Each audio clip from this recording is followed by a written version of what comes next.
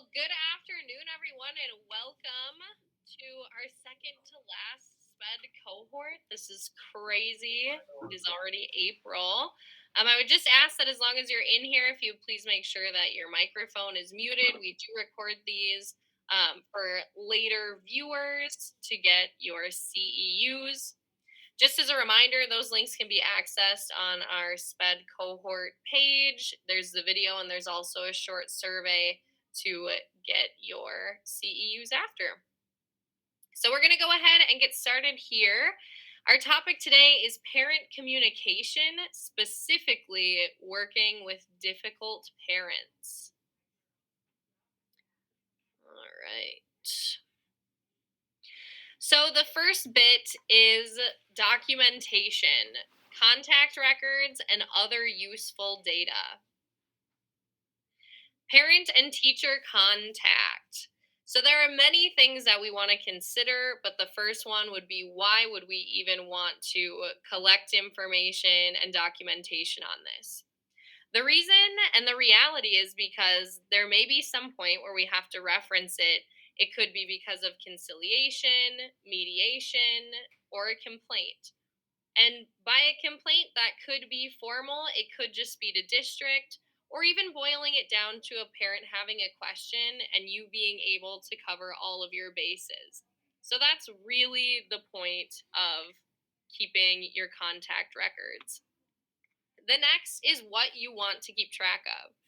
The first thing would be proof of any time that you're attempting to contact a parent, what date it is, what time, and what conversation topics you intended to cover if you connected, or what topics you did cover if you made connection with the parent.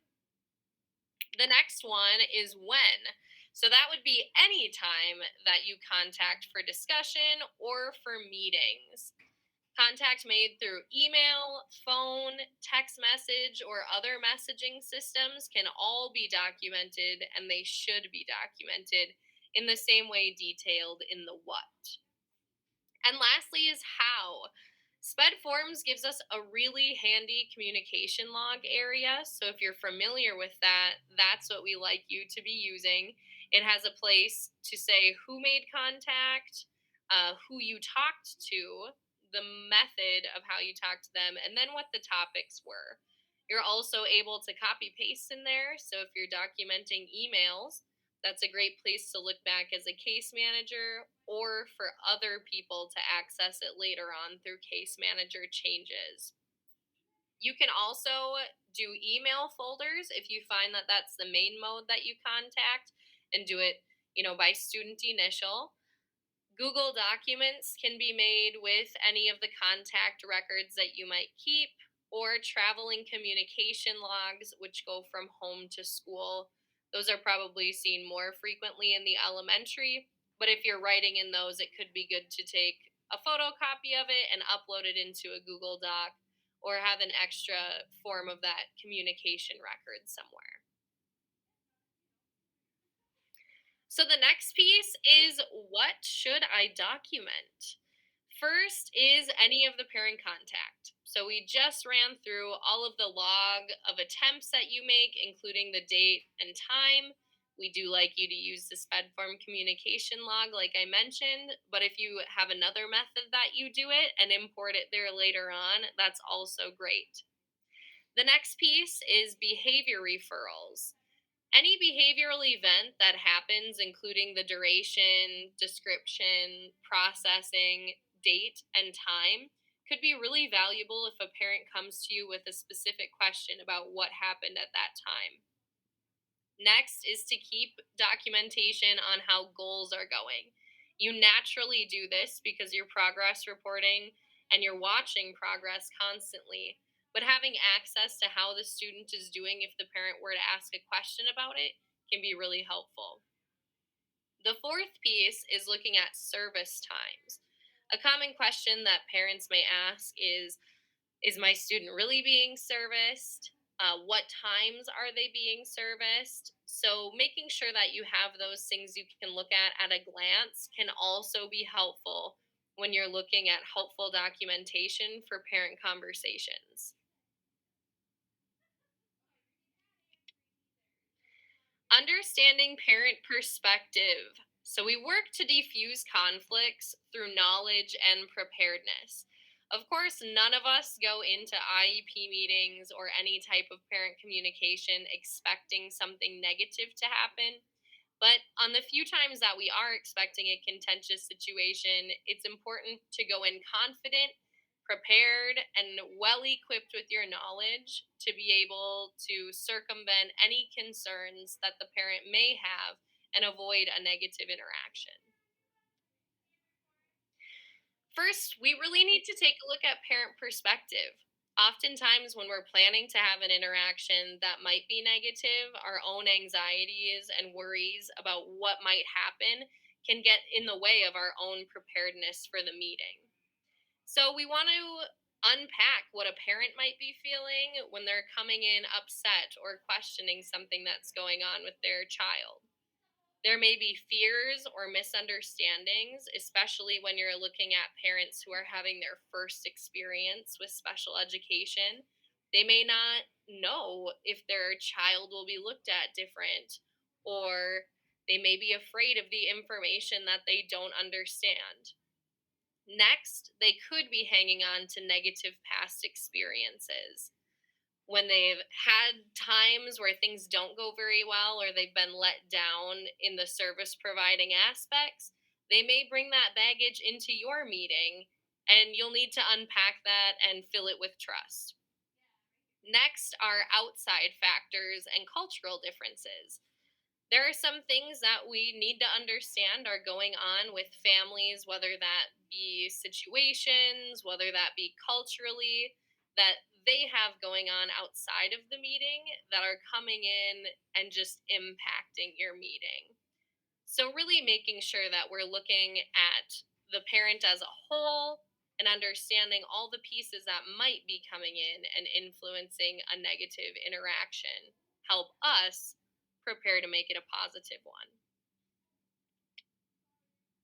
So, this quote says all positive interactions with another human being involve, to some degree, the experience of visibility. That is the experience of being seen and understood. This is a really important thing to realize that when there are negative interactions happening, typically the parent or whoever it is you're working with, even sometimes you as a case manager, really just want to be heard and get your point across and collaborate as a team. In some people's experience, to have a negative interaction is the only way they've been able to get their point across before. So, understanding that's everyone's end goal is really important. So, we try not to plan for negative interactions, but instead look at positive interactions. There are several things that you can do as a case manager to make sure that any situation you're walking into with the parent, especially face to face meetings, that you're setting yourself up for a positive interaction and a very clear and concise experience for the parent. The first one is to take a power with approach. Sometimes we can be under the impression that a teacher knows more about what's going on and the parents are just listeners. Maybe it's the opposite. But the best approach to be taking is one where you're working as a team rather than trying to gain power over one another with who knows the situation best. The next piece is to verbalize value. We have a lot of technical things to say when we are sharing information, but letting parents know that their child is valued with verbal affirmations is always a great way to start out. Some case managers start out with having everyone at the meeting give a strength. If you're on a phone call, that is maybe a negative reaction with a parent. It's always good to bring it back to how much you enjoy working with their student or something that's going really well. The next piece is to prepare your data. Preparing data that will help validate or answer any questions that parents have during meetings is great. You have it all in front of them in a way that can be answered if the question comes up, or maybe you just have it in your back pocket if you're expecting something. Next is to simplify jargon. We talk in letters, EBD, ASD, OHI, IEP, and the reality of it is nobody but you and your coworkers know what you're saying. So we want to be able to cut out any misunderstanding that might happen between you and the communicating party and use real words and skip the sped jargon that we're used to using in shorthand. Next is to actively listen. Unfortunately, it's hard in positive and in negative situations to commit to actively listening all the time. Many times we're planning what we're going to say next. Maybe a conversation or meeting is running long and you're trying to push it along, so you're thinking about what you need to be able to do that. Practice active listening so that you can connect and build trust with the person you're communicating with. It goes back to that earlier quote that when parents feel truly heard, which happens when you're actively listening, your relationships and your interactions improve. And then the last piece is pre meeting materials. I've come across a few case managers this year that are providing pre meeting materials when possible to help parents understand what the meeting will be about, which, we do send out the notice of a team meeting. But when we send pre meeting materials, they can see the topics that we'll cover. And they also have a time to think about their own questions rather than being really on the spot when they've just received a lot of information, which can also cause things to not feel so good for the parent. Preparedness equals positivity. When you come in and you have confidence about your information, it's a lot easier to have a successful positive interaction. Next is taking action during negative interactions. Avoid making mistakes by hesitating or panicking to make a decision in a tense situation. You do have options, and we want you to be able to have the confidence when making a tough decision. When you are caught in a particularly negative interaction, consider the following. You can choose to pause or end a meeting or phone call while it's happening. Timelines are still met if you have to end an IEP meeting and reconvene at a later date. And if you feel that it would be more productive to do that, you should absolutely not hesitate to do it.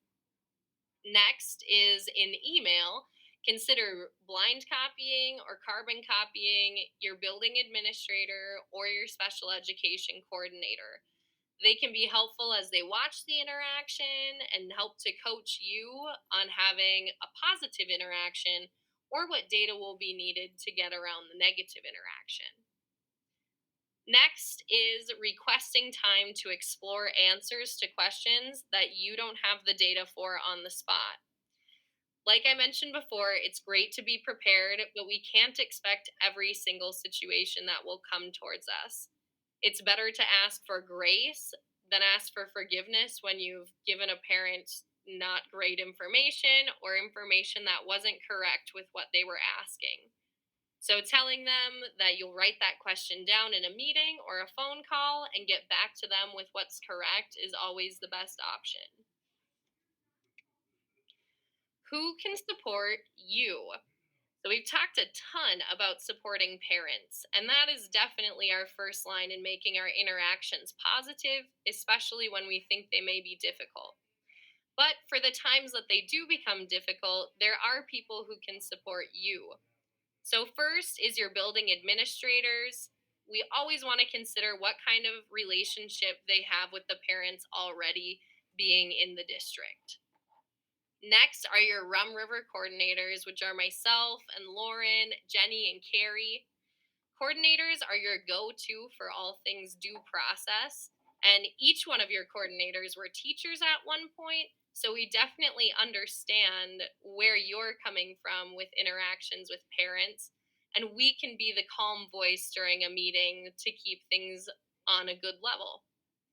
And the third are your Rum River itinerant staff. If you're dealing on a case that has a specific consultant like ASD, OT, PT, they may be able to offer specific information about the disability or programming that confirms your proposals and leaves the parent feeling like a good second opinion was had, and ultimately makes it easier to communicate with them.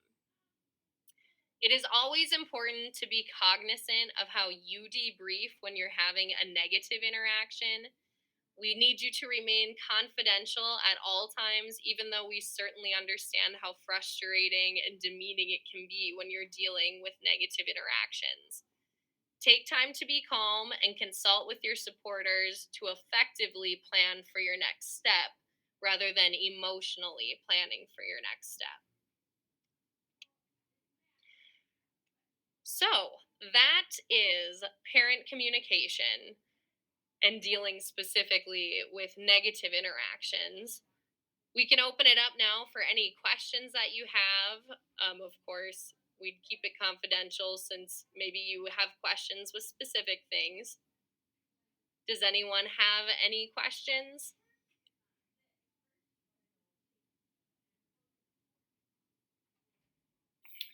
Do we want to stop recording at this point so that the questions can remain confidential?